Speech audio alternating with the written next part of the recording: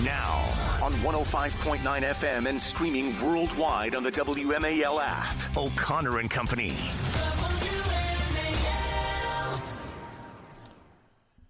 Well, good morning, one and all. Happy Thursday to you. This is O'Connor and Company on WMAL. No, I am not Larry O'Connor. I am Andrew Langer in for Larry, sitting alongside Cassie Smedile. Good morning, Cassie. Good morning, Andrew. Good to be the company of Andrew Langer and Company today. I appreciate that. No. It's still O'Connor and Company. Want to be really clear. By the way, listen, if you've missed any of the show, and you got to go back and listen to the 5 a.m. hour, because Cassie and I, even as we were waking up, we're having so much fun chatting about Jasmine Crockett and her mental gymnastics on the air. So go and check that out. You can check out all the earlier stuff on the show, or recheck out stuff you might have already heard by going and listening to the WMAL podcasts on the WMAL app. Listen, we got all kinds of stuff happening today. The next hour, we got KT McFarland to talk about Trump's visit with the Saudi Crown Prince earlier this week. And once and future governor of Maryland, Bob Ehrlich, is going to be joining us as well to talk about Westmore's shenanigans. But joining us right now, because we talked about this earlier, D.C. crime, we got the House taking steps to try to rein in the abuses of the D.C. government in fomenting more crime. We've got Denise Rucker Krepp. She's a D.C. attorney, former member of the ANC for 6B10.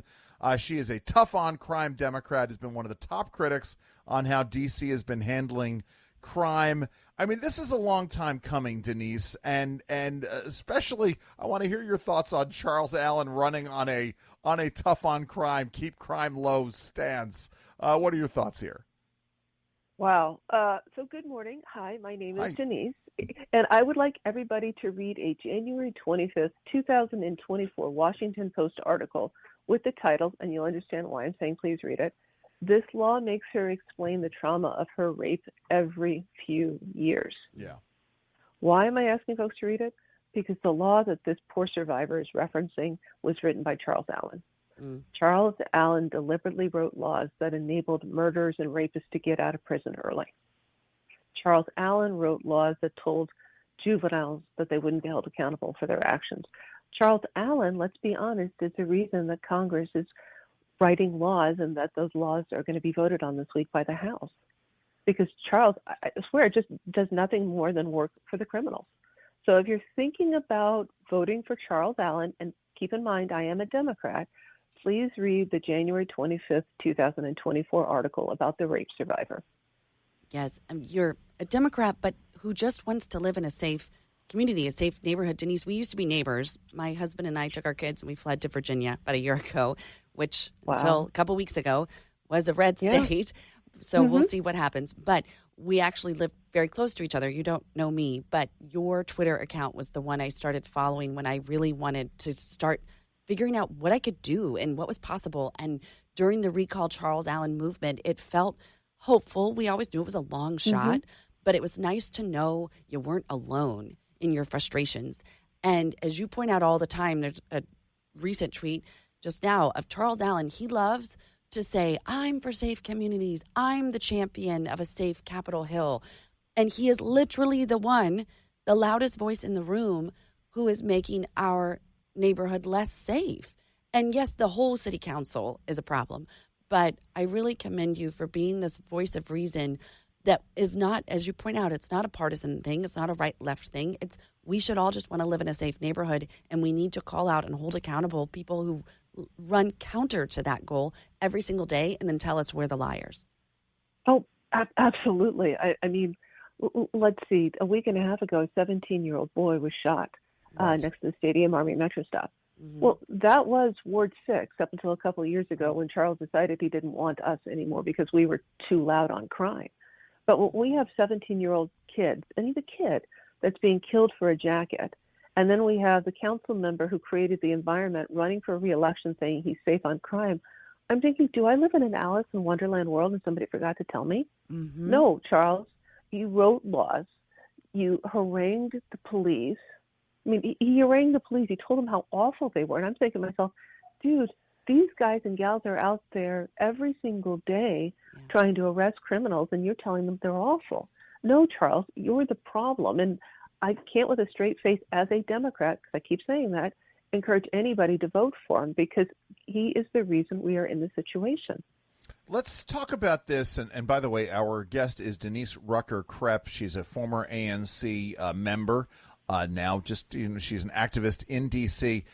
Phil Mendelson, on Wednesday night, talking about this legislation in Congress, he said the legislation will actually set back public safety in the nation's capital.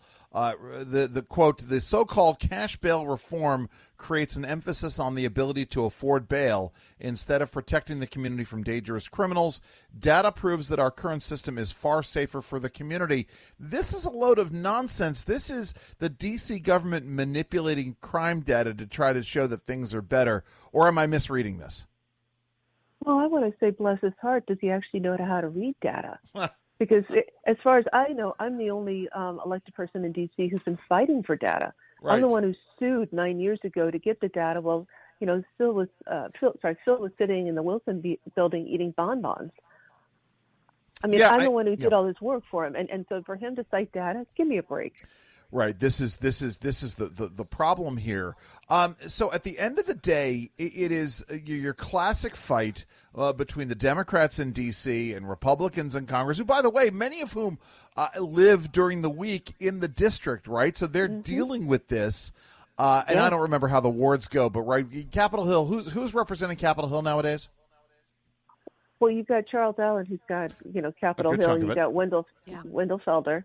But then when you talk about members of Congress, yes, there are members of Congress who live on my block and 2 blocks up, both Democrat and Republican. So, yes, they are getting a front row seat to the mess that Charles created.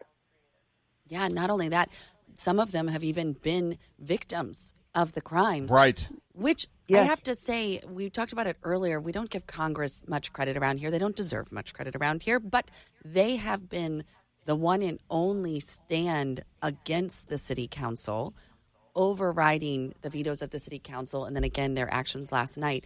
And I do think it's because some of them have said, listen, I literally was robbed outside of my apartment in Navy Yard. I can't stand here and pretend this isn't happening. But it shouldn't have to be on the Congress's agenda. It should just be, I mean, as you say, Charles Allen, he lives in the neighborhood. He knows what it's like. And there's a certain level of, you live in a city, things happen in a city. That's not what this is. It is above and beyond that. Exactly. And here's what few folks know. I went to Andrew Clyde and asked him for help. So when you have Phil Mendelson saying, oh, my goodness, nobody wanted this, I'm looking at him like, have you not read the congressional record? Where Andrew Clyde put in the letter that I wrote to him and others saying, we need help. No, without a doubt. I asked. What did you think? I have a quick question for you. What did you think of the National Guard presence in D.C.? So I'm a veteran, and I'm very grateful for everybody who serves. But I'll just make an observation. I saw a girl-on-girl brawl last week. The National Guard couldn't do anything. By the way, this was in front of the Armory.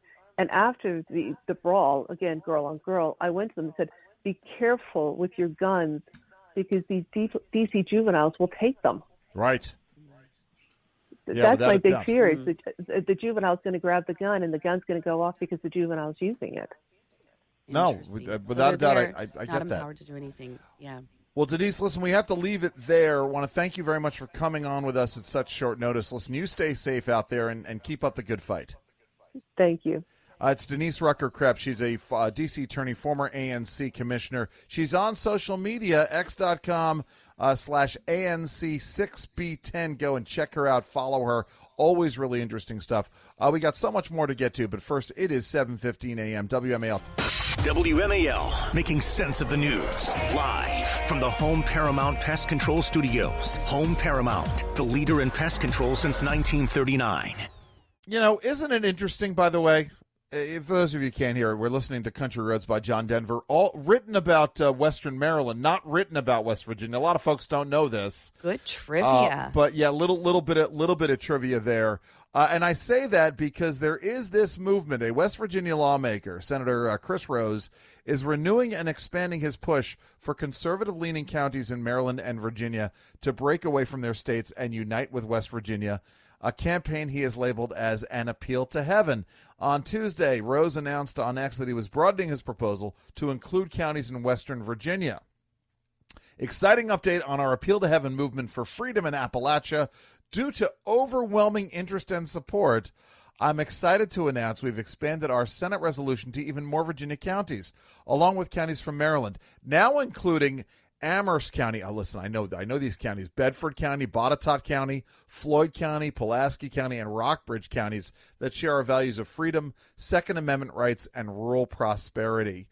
I mean, listen, I applaud him for doing it. I don't know what's going to happen there. Obviously, West Virginia would love to grow and include these counties, but your thoughts here, Cassie? Yeah, maybe they can pick up a couple more congressional seats while they're at it. Maybe Right. that's part of the play. But also, if you wouldn't mind, I'm happy to submit my address. Can you just plop that into your plan? It's in navy blue, Fairfax County. We don't stand a chance of anything. But I wish that these types of things would send a message. But, unfortunately, the leaders in Richmond and even, up in the blue counties, I think they're going to. First of all, I appreciate what you said about congressional seats, because now I'm thinking this is an opportunity to get Alex Mooney back in Congress. Western Marylander, former chairman of the Maryland Republican Party, who later became a member of Congress from West Virginia. Would love to get him back in the House because he was a really, really great member here. But, you also raised the interesting point. Listen, if we can have boys pretending to be women, men pretending to be women, teaching swim at the pool, why can't you just decide, something? I live in what is ostensibly Fairfax County, but I'm going to declare myself to live in West Virginia. Why can't you do that? I identify as a West Virginian. Exactly. It's exactly it. Again, pointing out the limits to the mental gymnastics that the left makes us go through here. This is really amazing. The petition is promoted by a group calling itself West Virginia Constitutional Conservatives, presents West Virginia as a refuge from what it describes as overreach by lawmakers in Annapolis and Richmond. And right, it's coming at the right time in both states, not just because of the election in Virginia a couple of weeks ago, but also, again, the shenanigans of Wes Moore that we're going to be talking about with Bob Ehrlich in the next hour of the show to present a tease there. Moore faced backlash for possibly losing the planned FBI headquarters in Greenbelt, Maryland. The Washington Commanders plans to move back to the District of Columbia, depleting a $5.5 billion state surplus and signing major tax increases into law. And then the redistricting plan, which, of course, even the Washington Post editorial board has said this. There are folks, Cassie, who do the commute. We have listeners who are on a train right now. Some of them are driving, but many of them on the train from West Virginia into the district. They commute in. And as someone who used to commute from the Eastern Shore of Maryland into the district, not every day, but most days of the week, sometimes you want to enter a land of pleasant living in order to have that commute. You guys made the move from the district out to Virginia. Any thoughts to moving even further away? Oh, sure. That is especially now that we enjoyed being in a red state for 1 year. Right. And we have definitely had those conversations of, no, we added to the numbers. Right. We did our part. But that you say, okay, well, if we're going to move, it is to move to a more ideologically aligned area, politically aligned area. Because you're right, it's about taxes. It's about cost of living. Right. Democrats love to say affordability. Stop raising my taxes. Listen, I'm so glad you brought that up. When my parents moved from New York, just outside of New York City, down to Virginia, their property taxes dropped from, no joke, $27,000 a year in property taxes to $3,000 a year. Yeah, I mean, an amazing savings there. And you're right, as we talk about this affordability issue, I know we mentioned it earlier. I go and I see this. I keep track of these things. All through the 2025 campaign in Virginia, you had all of these Bamberger and other Democrat ads talking about solving, gas prices are up. No, gas prices are down, and they're down because of the actions that are being taken by this administration. Listen, we got so much more to get to right now. It's 7:22 here on WMAL. Oh, my goodness. So much more to come on O'Connor and Company this morning. Listen, we got Elon Musk speaking yesterday, making predictions about what the future is going to look like. Is work going to be made obsolete? Elon Musk seems to think so. Oh, and we're going to be talking about Tom Cruise. Is Tom Cruise a national treasure? I'm Andrew Langer. She's Cassie Smedile. This is O'Connor and Company on WMAL. It is 7:30. WMAL-FM, Woodbridge, Washington, a Cumulus media station.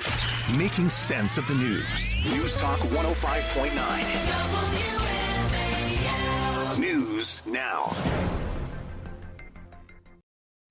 Now on 105.9 FM and streaming worldwide on the WMAL app. O'Connor and Company.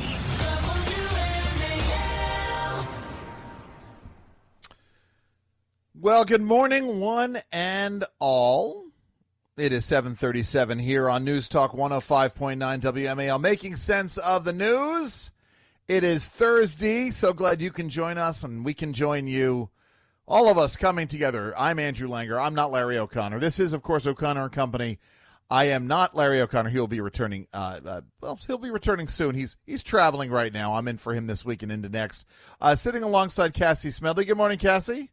Good morning, Andrew. Good to be with you. Yeah, great to have you here. It's awesome to get caught up with you and find out what's going on in your world. We need to do this more often, not just on the air. By the way, I'm gonna throw that out there People right now. always say that. I know. You never hear from I'm gonna them. make sure it happens because I want to hear all about the things you're up to. Listen, we got a great show coming up. KT McFarland joining us in the next hour to talk about Trump's visit with the Crown Prince of Saudi Arabia this week, the deals that were made. And then former Governor Bob Ehrlich, my old friend Bob Ehrlich from Maryland, because I used to be a Maryland guy. A lot of folks still think that I'm still in Maryland. Bob, great people. He's going to be joining us to talk about Wes Moore's shenanigans. Cassie, here's the interesting thing. Before I'm going to tee this Elon Musk story up a little bit. I have these conversations with my wife, about retirement. I don't ever expect to retire. Why would I? The policy work that I'm doing, there's always going to be stuff. We already talked about this earlier. Always going to be stuff in the Federal Register. Why should I retire? If you guys are not even at that point yet where you're starting to talk about this. You got young kids. Right. Yeah. Yeah, no, and especially as cost of living in college and all of that. Sure. I don't see where retirement comes into play. But I think maybe what you're getting at, and we went through this with my parents who are somewhat recent retirees. My mom was glad for my dad to continue working because that was his hobby. That was his joy, and it kept his brain very sharp. And so he continues to consult and do things that are in the field that he spent his career in. See, and this is what we get to. So yesterday there was a U.S.-Saudi investment forum at the Kennedy Center in Washington, D.C. Elon Musk, who's now back in Donald Trump's good graces, by the way. He was at the state dinner the other night. We're all very happy about that. Elon Musk yesterday speculated that money may become irrelevant in the future if current artificial intelligence and robotics innovations continue, and also work will become optional in 10 to 20 years. Let's go ahead, Michael, play cut number 11. If you go out long enough, assuming there's a continued improvement in AI and robotics, which this seems likely, the money will stop being relevant at some point in the future. Now, there will still be constraints on power, like electricity and mass. The fundamental physics elements will still be constraints, but I think at some point currency becomes irrelevant. I don't know. I don't agree with that. Listen, it's one of those things. Essentially, what Elon Musk is talking about is the world that was predicted by Star Trek, right? That was one of the things that Gene Roddenberry, one of his core values in Star Trek was that, we were all about exploration. Money is going to become irrelevant.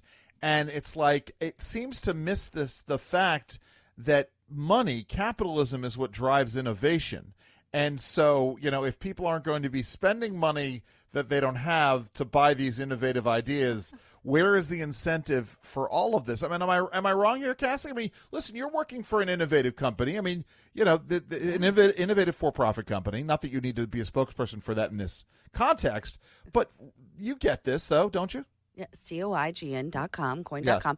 But yes, there is a pride in work There 100%. is a pride in innovation, entrepreneurship. But the other side of it is, because essentially what he's saying is that you're all going to be assigned a certain amount of, maybe it's income, maybe it's whatever the, quote, currency is, because it might not look like a dollar bill, but it'll be something.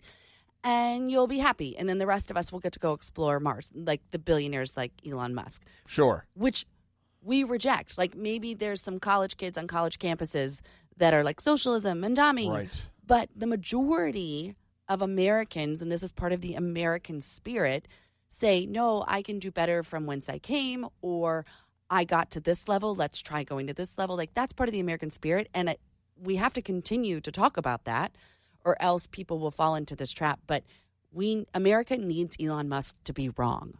Yeah, I mean, yes. He goes on to say, and I appreciate Stephen Miller immediately had a reaction.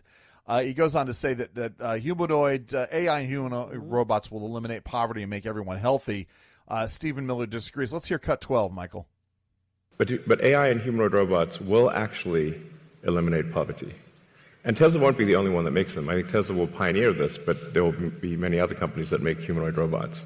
But there is only basically one way to make everyone wealthy, and that is AI and robotics. I mean, this is like the promise of Marxism at the end of the day. It's a Maoism, right? You know, work will become obsolete when we just have this workers' paradise and everybody's investing in this. To each according to his abilities, from each according to his abilities, to each according to his needs. Here's, it's interesting because there's a fatal flaw in his argument. Now, I'm not a Malthusian. I don't believe in the teachings of Malthus.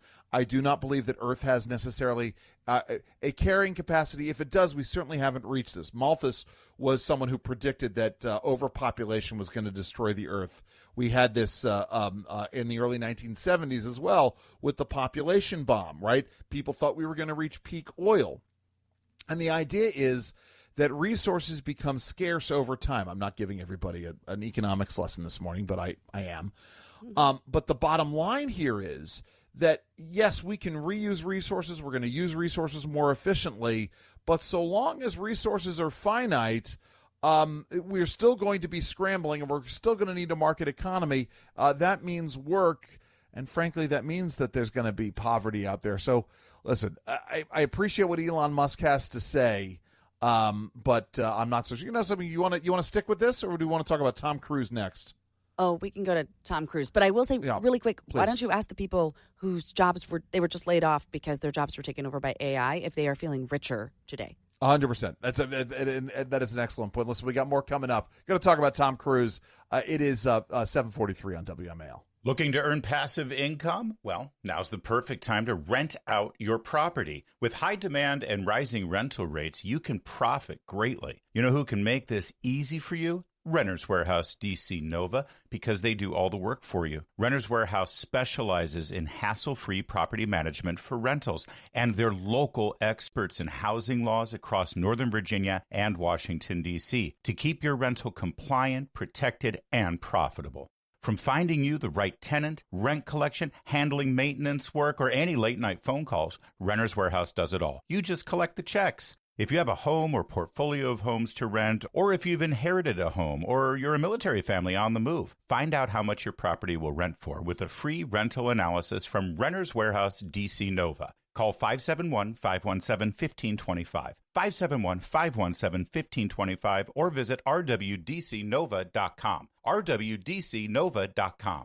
If your patio, sidewalk, or driveway is cracked or uneven, if you've tripped or fallen as a result, or if you're worried about the liability of an uneven surface on your property, American Concrete Services can quickly help. Don't pay the high cost to tear out and replace your sidewalk, patio, driveway, or pool deck. American Concrete Services has an economical solution which can raise and stabilize your existing concrete at a fraction of the cost of full replacement. They're environmentally friendly structural foam. With structural foam lifting, there's no heavy equipment to cause damage to your property and no loud noises from jackhammering. Best of all, most repairs can be completed in just one day. Have your entire patio, sidewalk, or driveway safe and level again. No job is too big or small. Call American Concrete Services now for your free estimate at 240-665-5665. That's 240-665-5665. Again, 240-665-5665. License in D.C., Maryland, and Virginia. MHIC 140530.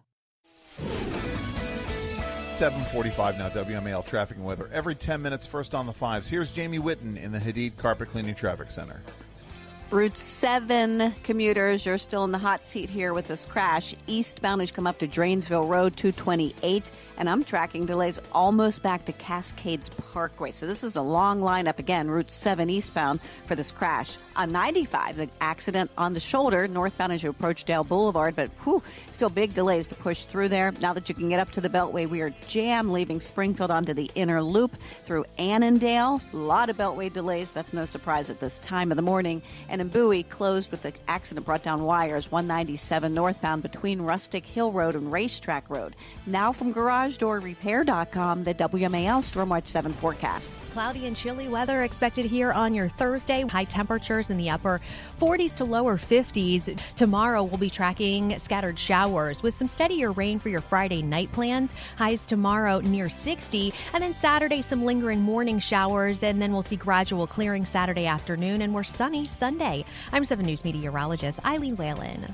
Thank you, Eileen. Right now in your nation's capital, it's 42 degrees at 7:47. News, weather, and traffic are brought to you by MervisDiamond.com. The best diamonds in the world are waiting for you at Mervis Diamond Importers. For the largest diamond collection and the best value, visit Mervis. At Mervis, you don't have to be an expert to buy like one. Nobody pays retail anymore. Why should you? MervisDiamond.com or call 800-HER-LOVE.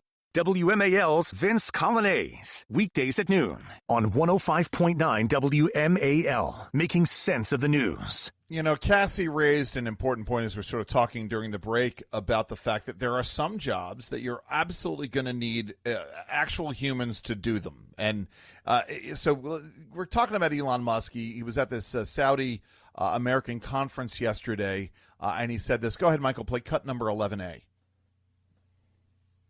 Will stop being relevant at some point in the future. Yeah, and then he goes on. He said money will stop being relevant at some point in the future. And then he goes on and he talks about work being optional. Let's, Michael, go ahead and play cut number 13, please. 10, 20 years, something like that. For me, that's long term. My prediction is that work will be optional. Optional. So we'll take that. Yeah. I mean, it'll be like playing sports or a video game or something like that. If you want to work, in the same way, like you can go to the store and just buy some vegetables, or you could grow vegetables in your backyard. It's much harder to grow vegetables in your backyard, but some people still do it because they like growing vegetables. That will be what work is like, optional. Now, between now and then, there's actually a lot of work to get to that point. Mm-hmm. And I always recommend people read Ian Banks' culture books to get a sense for what a probable positive AI future is like. And interestingly, in those books, money doesn't exist. Well, right. I mean, those are books. I like this. Somebody named Mr. Crumbsbody on Twitter says, so Watcher Guru had tweeted out, just in, Elon Musk says AI and humanoid robots will eliminate poverty and make everyone wealthy.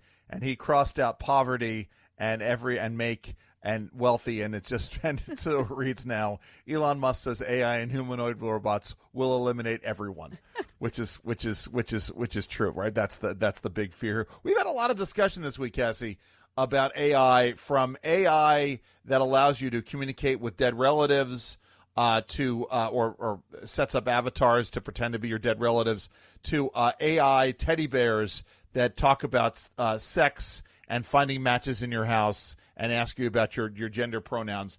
I mean, this is the problem with AI, is it not? Right. AI marriages, all of this. And first of all, and Heather makes a really good point, consider the source. Elon has cornered the market on the things he's talking about. He will make money. You may not have currency because you literally don't have any money in your pocket to spend. But he will make money, and he will determine what your life looks like. I think that's a notable note. But also, I think the reason that I'm so afraid of this, again, is when we go back to COVID and that people were isolated. Right. And so that they now look at AI as a potential replacement for human interaction, which we know we need human interaction to function as a society. And their pride of work, having something to get up for every day and get out of bed and get dressed for, all these things that have been reduced in society, I fear was sort of preparing us for the plans of the Elon Musk of the world versus what happens when everybody has to get up and go to work and contribute to society and work for their dollar and think about how it's spent.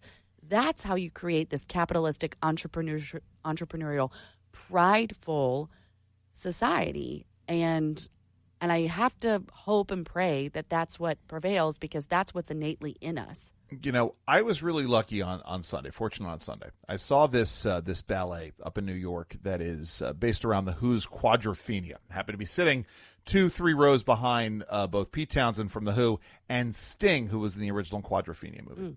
And I was explaining to the friend that I was there with, one of my oldest and dearest friends, that, you know, The Who did Tommy, which is about a deaf, dumb, and blind kid prevailing in life. And then this movie Quadrophenia is about a kid who is mentally ill. He is set aside from, he's alienated from society. In between there's this album called Who's Next, which was the signature album has Won't Get Fooled Again. It has Baba O'Reilly on it. And the theme for that album originally was about a society. Pete Townsend was envisioning a society in which everybody lives in their own sort of, he didn't call it virtual reality, but it's what we now understand to be virtual reality, sort of this avatar-like life where you are living in for yourself. You're only interacting with people in these artificial kinds of situations. And this is what you're talking about here. It gets into what we were talking about with Sean Duffy and civility before, right? Everybody's isolated, or if they're interacting online, there's that barrier between them so that they can be obnoxious to one another. I almost use a bad word here. And this is what sort of, it carries it on down this. Webmeister points out something that I had said earlier offline. If everyone is wealthy, nobody is wealthy. Elon knows that. Instead, everyone will be poor, but if they're lucky, they'll have their basic needs met, except the ruling class. And this gets into the fears that we all have of a CCP-style social crediting system, which is what the Democrats want. They want you out of your car, onto government-owned transportation on the government-run transportation schedule. They want you out of your single-family home. They want you out of rural America into cities. All of these things to make it easier for you to control. Happy notes here on a Thursday morning. It's 7:53 a.m. on O'Connor and Company.